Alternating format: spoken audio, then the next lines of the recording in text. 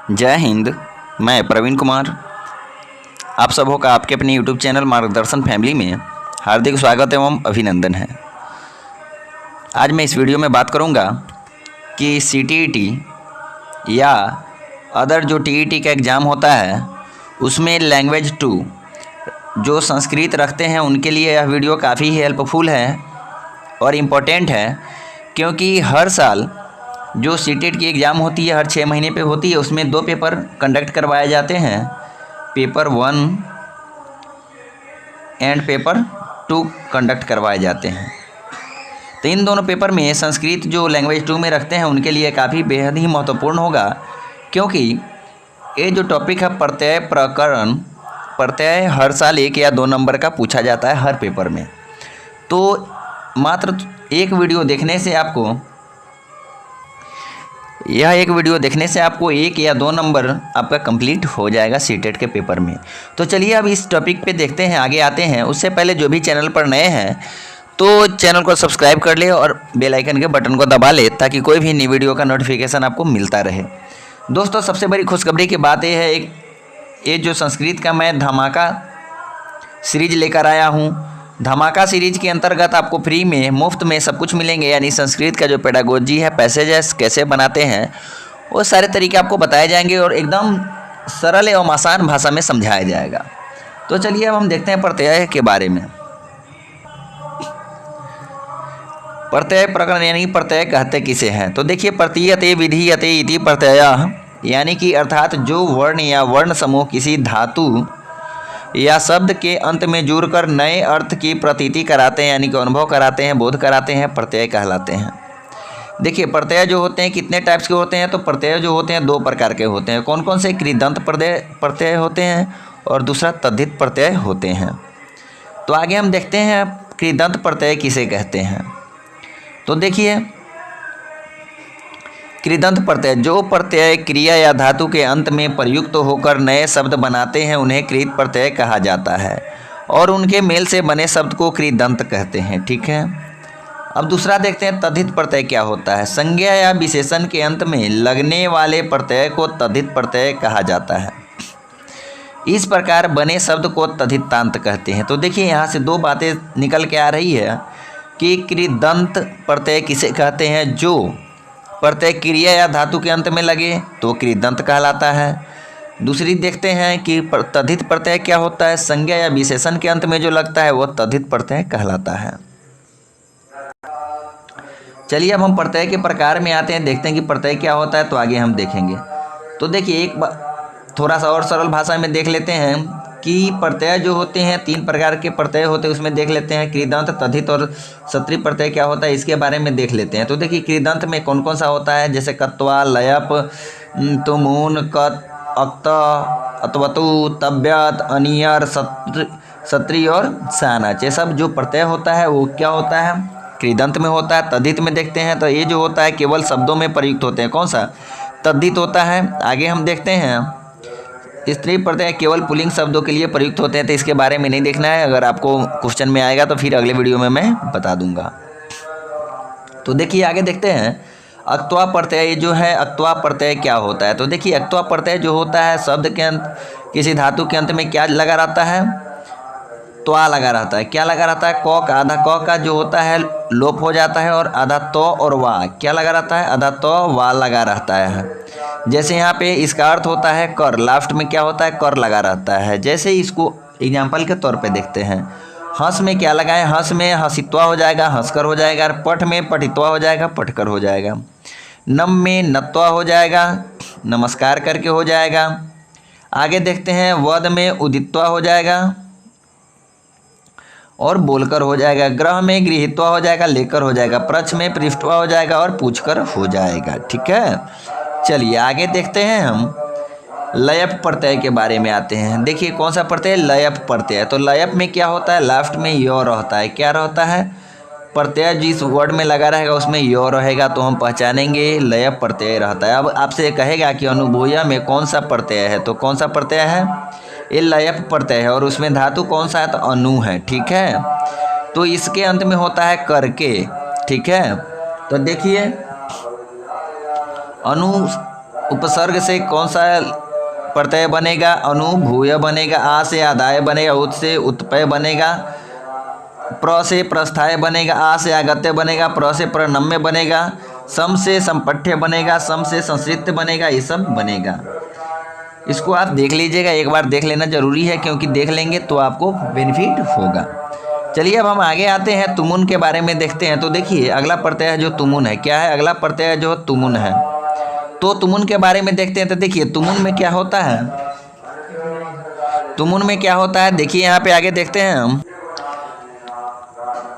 तुमुन, तो तुमुन में क्या होता है, जब कर्ता किसी के लिए कार्य करता है तो धातु में तुमुन प्रत्यय लगाया जाता है। ठीक है, तुमुन में उन का लोप हो जाता है। किसका? उन का लोप हो जाता है, और क्या बचता है? तुम, जो लास्ट में लगा रहता है वर्ड के अंत में, यानी शब्द के अंत में। तो देखिए तुमुन प्रत्यय के बारे में देखेंगे तो सबसे पहले देखिए लिख में है तो लिखितुम, लिखने के लिए, स्मृति में है स्मृतुम, याद करने के लिए, नम में है नंतुम, नमस्कार करने के लिए, दा में है दातुम, देने के लिए, वैसे ही पा में है पातुम, पीने के लिए, दृश्य में है दृष्टम, देखने के लिए।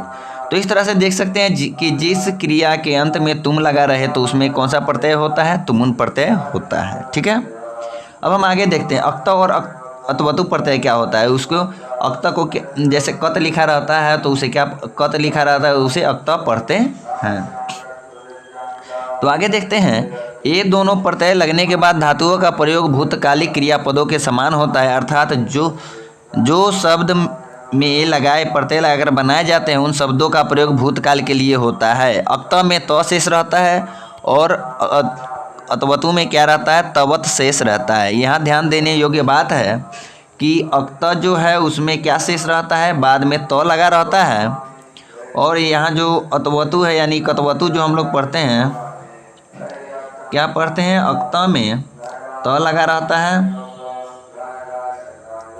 इसमें जो रहता है क्या लगा रहता है? तयत लगा रहता है। देखिए यहाँ पे तयत, आगे होगा तब दिखाएंगे आपको, बिल्कुल होगा दिखाएंगे एग्जाम्पल के तौर पे। तो यहाँ तयत लगा रहता है। तो आगे देखते हैं हम, देखिए यहाँ पे कि पठ में पठिता पठिता पठितम, इसमें क्या लगा है? तो लगा है। जैसे देखिए यहाँ पे सब में तो लगा होगा तो क्या है? भूतकाल के रूप में इसका यूज होता है, तो लगा हुआ है तो क्या कहेंगे? इसे अक्त प्रत्यय कहेंगे। जैसे श्रुता, पोता, स्मृता, त्यक्ता, ये सब लगा रहे तो क्या हो जाएगा? ये सब जो हो जाएगा अक्त प्रत्यय हो जाएगा। अब आगे देखेंगे कतवतु क्या होता है, अतवतु क्या होता है। तो देखिए इसमें क्या होता है, कतवतु में क्या लगा रहेगा? तवत शेष रहता है। लेकिन यहाँ देखेंगे सबसे देखने वाली बात है, तवत शेष तो रहता है लेकिन वान भी लगा रहता है। क्या देखेंगे? देखिए यहाँ पे क्या है कि पुल्लिंग, स्त्रीलिंग, नपुंसक लिंग। तो नपुंसक लिंग के लिए यहाँ वत लगा रहता है और इसमें स्त्रीलिंग के लिए वती लगा रहता है, लेकिन पुल्लिंग के लिए वान लगा रहता है। ये ध्यान देने योग्य बातें हैं, इसको थोड़ा सा ध्यान दे के आप लोग देखिएगा। देखिए यहाँ पे वान लगा रहे, वती लगा रहे, तवत यानी कि वत लगा रहे तो क्या होता है? यहाँ देख लीजिए अतवतु यानी कतवतु प्रत्यय होता है। ठीक है, आगे देखते हैं तब्यत प्रत्यय क्या होता है। तब्यत प्रत्यय क्या होता है? तो देखिए तब्यत प्रत्यय में क्या लगा रहता है? शब्द के अंत में आधा वो यो लगा रहता है। ठीक है, जैसे द्रष्टव्य, प्रष्टव्य, दातव्य, श्रोतव्य, ये सब लगा रहता है। देखिए ये प्रत्यय लगने पर शब्द का प्रयोग चाहिए के अर्थ में होता है। तब्यत का केवल क्या लगा रहता है? तब्य लगा रहता है। जैसे देखिए दा से हो जाएगा दातव्य यानी देना चाहिए, श्रु से श्रोतव्य सुनना चाहिए, लिख से लेखितव्य लिखना चाहिए, हंस से हंसितव्य हंसना चाहिए, नी से नेतव्य ले जाना चाहिए, पठ से पठितव्य पढ़ना चाहिए। ठीक है, तो ये आपका रहा तब्यत प्रत्यय। आगे आते हैं अनियर में। तो देखिए अनियर प्रत्यय में क्या होता है? तो अनियर प्रत्यय लगाने के बाद जो शब्द बनता है उसका अर्थ योग्य अर्थ में होता है। जैसे यो लगा रहे, ईए लगा रहता है, क्या इसमें जो होता है ईए लास्ट में लगा रहता है। तो देखिए ईए लगने के बाद कहते हैं, तो देखिए र का लोप हो जाता है, अनिये लगा रहता है। क्या? अनिये लगा रहता है। तो अनिये देखिए सब में अनिये हो जाएगा। तो कैसे हो जाएगा देखते हैं। क्री में तो करनीय करने योग, स्मृति में स्मरणीय याद करने योग, दृश्य में दर्शनीय देखने योग, पा में पानीय पीने योग। ठीक है, धा में धावनीय भागने योग, श्रु में श्रवणीय सुनने योग। तो तो इसमें अनिय लगा रहता है। अब हम आते हैं शत्रु प्रत्यय। तो शत्रु प्रत्यय में क्या लगा रहेगा लास्ट में? देखिए नपुंसक लिंग में लास्ट में तो लगा रहेगा, स्त्रीलिंग में ती लगा रहेगा और इसमें न लगा रहेगा। उसमें वान लगा रहता था, ती लगा रहता था और तवत अत लगा रहता था, तो उसको हम पढ़ते थे अतवतु पढ़ते थे। देखिए यहाँ पे कंफ्यूज नहीं होइएगा, यहाँ पे देखते हैं कंफ्यूज होने की बात नहीं है। अतवतु प्रत्यय में वान लगा रहता है, इसमें वती लगा रहता है, इसमें वत लगा रहता है, ठीक है। लेकिन हम आगे यहाँ देखते हैं अनियर प्रत्यय के बाद में जब हम यहाँ देखते हैं तो क्या लगा है? शत्रु प्रत्यय में क्षत्रिय प्रत्यय, तो उसमें क्या लगा रहता है? अन, अंति और अत लगा रहता है, ठीक है। तो इसका अर्थ होता है जाता हुआ, लिखता हुआ, खाता हुआ, ये होता है। अब हम आगे देखते हैं यही जो है, अब सानच के बारे में देखते हैं। किसके बारे में देखते हैं? सानच के बारे में। तो इसका भी करता हुआ अर्थ के लिए प्रयोग में किया जाता है। यह आत्मनेपदी धातु में लगता है और इस प्रत्यय में धातु के साथ मान या आन जोड़ा जाता है। जैसे देखिए सानच किसमें होगा? तो सेवमान, सेवमाना, सेवमान, मोदमान, लभमान, याचमान, यानी कि मांगता हुआ, प्राप्त करता हुआ। जैसे देखिए सेवमान तो सेवा करता हुआ, मोदमान प्रसन्न होता हुआ, लभमान प्राप्त करता हुआ, याचमान तो मांगता हुआ, ठीक है। तो इस तरह का प्रत्यय लगा रहे तो इसे क्या कहते हैं? सानच कहते हैं। तो चलिए इस वीडियो को देख लिए। अगर आपको अच्छा लगे तो आप कमेंट करके सही या गलत के बारे में बताएंगे। उससे पहले मैं एक बार सभी प्रत्यय को रिकॉल कर लेता हूं ताकि आप लोगों को समझ में, ध्यान में आ जाए।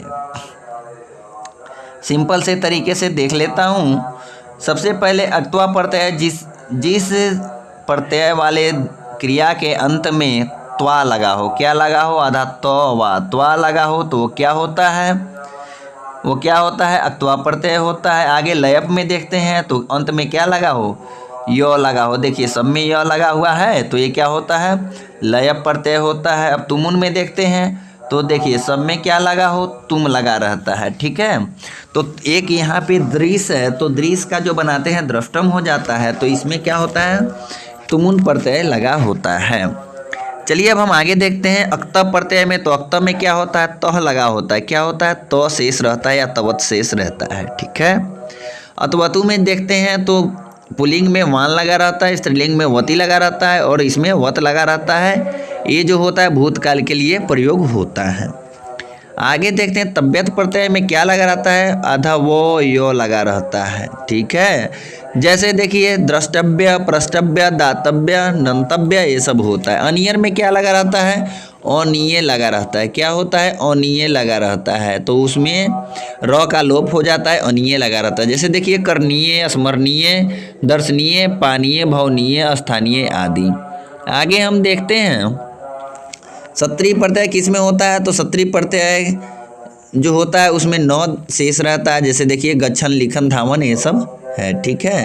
आगे देखते हैं अब सानच प्रत्यय देखते हैं। तो देखिए सानच प्रत्यय में क्या होता है? मान जुड़ा हुआ रहता है। सेव मान, मोद मान, लभ मान, याचमान, ये सब रहता है। सेव माना, मोद माना, लभ माना, याचमाना, ये सब रहता है। तो सानच प्रत्यय होता है।